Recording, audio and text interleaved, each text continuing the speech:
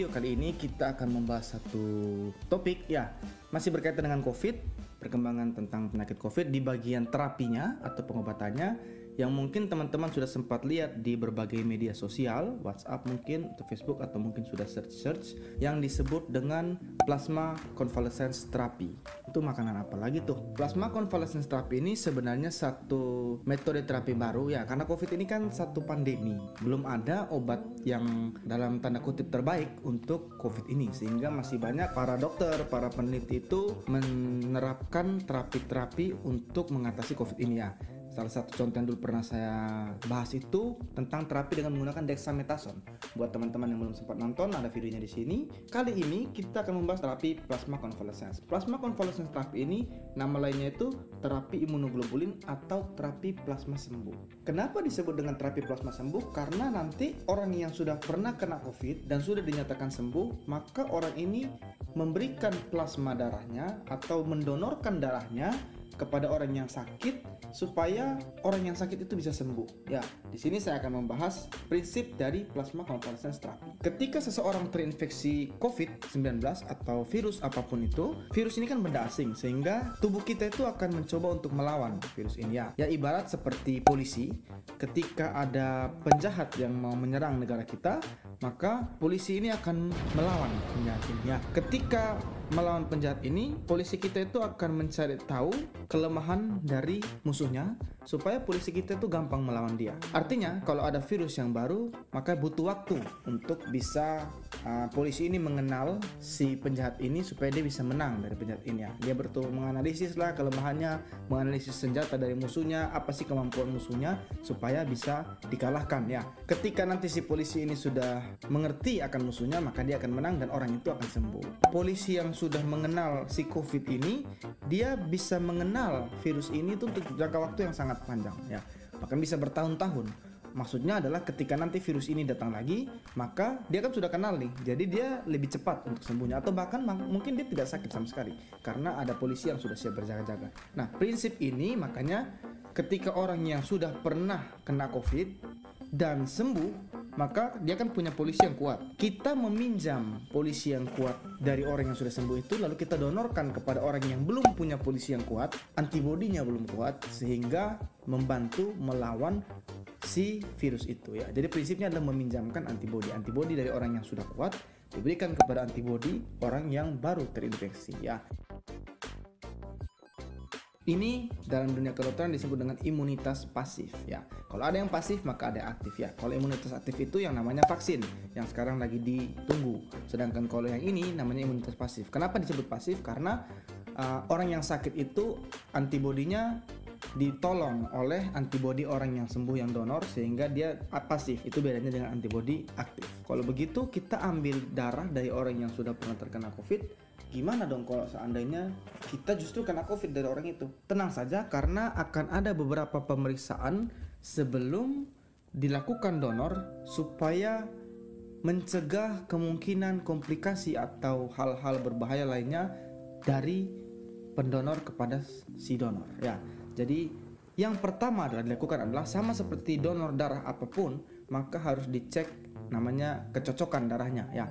Kan seperti kalau orang mau donor darah kan A tidak mungkin donor ke golongan darah B. Nah sama, dalam mau mendonor plasma darah untuk terapi convalescence ini harus dicek dulu darahnya cocok tidak. Lalu yang kedua adalah harus dicek dia bebas dari penyakit-penyakit infeksi, HIV misalnya, atau hepatitis, atau penyakit-penyakit infeksi yang bisa menular lewat darah. Lalu yang ketiga adalah dia harus bebas COVID. Nah, bebas COVID ini ada berbagai kriteria yang dipakai. Yang saya baca itu yang pertama adalah dia sudah harus minimal 3 hari tidak ada demam sama sekali. Ya, jadi kalau dalam 3 hari terakhir dia masih ada demam, tidak boleh. Lalu yang kedua, itu dia harus minimal 3 minggu dari gejala terakhir. Gejala apapun, mau penciumannya kurang, atau dia mungkin batuk, atau gejala pencernaan, atau gejala apapun yang bisa mengarah ke COVID. Jadi dia sudah harus bebas gejala selama kurang lebih 3 minggu. Lalu yang ketiga, yang cukup penting juga itu adalah dia sudah harus dites swab lagi dan dinyatakan negatif selama 2 kali berturut-turut, baru dinyatakan dia boleh donor ya. Jadi saya ulangi bahwa yang pertama dia harus cocok secara golongan darah, kemudian yang kedua dia harus bebas penyakit-penyakit infeksi yang bisa menular dari darah, dan yang ketiga karena ini mau donor untuk COVID dia harus bebas dari COVID. Ada lagi yang keempat. Yang keempat itu darah yang diambil dari si donor ini kemudian akan diperiksa antibodinya, kadar antibodinya, sehingga ada nilai minimal yang bisa dianggap efektif. Kalau nilai minimal itu tidak tercapai, maka dianggap polisinya sendiri belum kuat untuk membantu antibodi orang yang sakit atau polisi dari orang yang sakit itu.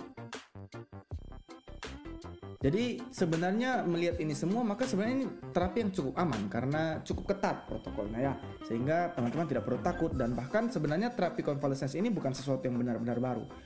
Prinsip terapi plasma sembuh atau plasma konvalesens ini sebenarnya sudah digunakan dalam dunia kedokteran selama beberapa abad ini. Ya, kalau teman-teman ingat dulu ada SARS, kemudian ada MERS, kemudian ada Ebola, penyakit-penyakit itu juga sempat diberikan terapi plasma konvalesens dan memberikan hasil yang cukup baik. Bahkan di beberapa negara yang sudah mencoba plasma konvalesens untuk COVID, itu hasilnya hampir selalu baik. Hasilnya baik dinilai dari yang pertama, dalam 3 hari setelah pemberian plasma konvalesens itu klinisnya membaik, gejalanya berkurang atau menghilang. Tidak batuk lagi, tidak demam lagi, bunyi parunya yang awalnya bunyinya kotor di parunya menjadi bersih, artinya dia sudah mulai membaik. Lalu dari pemeriksaan laboratorium pun dia membaik ya, tanda-tanda infeksi itu mulai berkurang. Kalau di foto yang awalnya parunya itu banyak putihnya, banyak fleknya, kemudian menjadi lebih bersih ya. Lalu ada juga yang meneliti bahwa ternyata memang dalam 1-2 hari setelah pemberian plasma konvalesens itu dia di rapid test lagi dan negatif. Jadi memang sampai sekarang meskipun penelitian itu masih sangat sedikit terhadap COVID, tapi penelitian-penelitian yang ada itu menunjukkan suatu hasil yang baik, hasil yang cukup menjanjikan untuk menggunakan ini sebagai terapi, salah satu pilihan terapi untuk COVID-19. Kalau begitu kenapa sampai sekarang belum diterapkan atau mungkin masih sangat jarang diterapkan ya di Indonesia? Di tempat saya di Kupang itu sangat jarang sekali. Karena begini, yang pertama, penelitian-penelitian yang ada itu masih menerapkannya untuk COVID yang sudah berat ya. Jadi memang prinsipnya kalau COVID positif tapi dia tidak punya gejala, sebenarnya tidak butuh diberikan plasma konvalesens. Karena ya dia tidak ada gejala, dia orangnya mungkin fisiknya bagus, dia sehat-sehat saja ya, silakan saja dia tidak perlu diberikan terapi khusus ya. Lalu yang kedua, karena ini tidak semudah kelihatannya teman-teman. Kalian harus mencari orang yang mau donor dulu ya. Tentunya karena ini donor darah, maka harus cari orang yang mau donor. Di tempat saya untuk donor darah yang biasa saja itu seringkali kehabisan stok darah ya di PMI, sehingga memang susah mau mencari orang yang donor. Dan kalaupun sudah ada yang mau donor, dia harus sudah pernah COVID dan sudah dinyatakan sembuh berdasarkan kriteria yang tadi saya bilang. Jadi orangnya itu semakin sedikit. Orangnya harus mau donor, orangnya harus sudah pernah kena COVID, dan orangnya sudah harus sembuh dari COVID itu. Kalau itu semua terpenuhi, jangan lupa tadi saya bilang dia mesti dicek kadar antibodinya berapa. Nah itu pemeriksaan baru lagi untuk melihat antibodinya sudah di dalam kadar yang cukup untuk menjadi penolong bagi orang yang sakit atau tidak. Jadi masih jarang dilakukan karena memang tidak semudah kelihatannya. Mencari donor itu tidak mudah. Tapi kalau berdasarkan teorinya, maka ini merupakan memang salah satu terapi yang cukup menjanjikan, yang memberikan hasil yang cukup baik dan bisa dipertimbangkan terutama pada pasien-pasien yang sudah punya gejala-gejala berat. Ya, jadi kurang lebih itu terapi konvalesens. Buat teman-teman yang masih bingung, boleh tanya di kolom komentar. Jangan lupa like dan subscribe jika merasa video-video ini memberikan edukasi buat teman-teman. Share sebanyak-banyaknya supaya orang lain pada tahu apa yang dimaksud dengan terapi konvalesens. Salam sehat.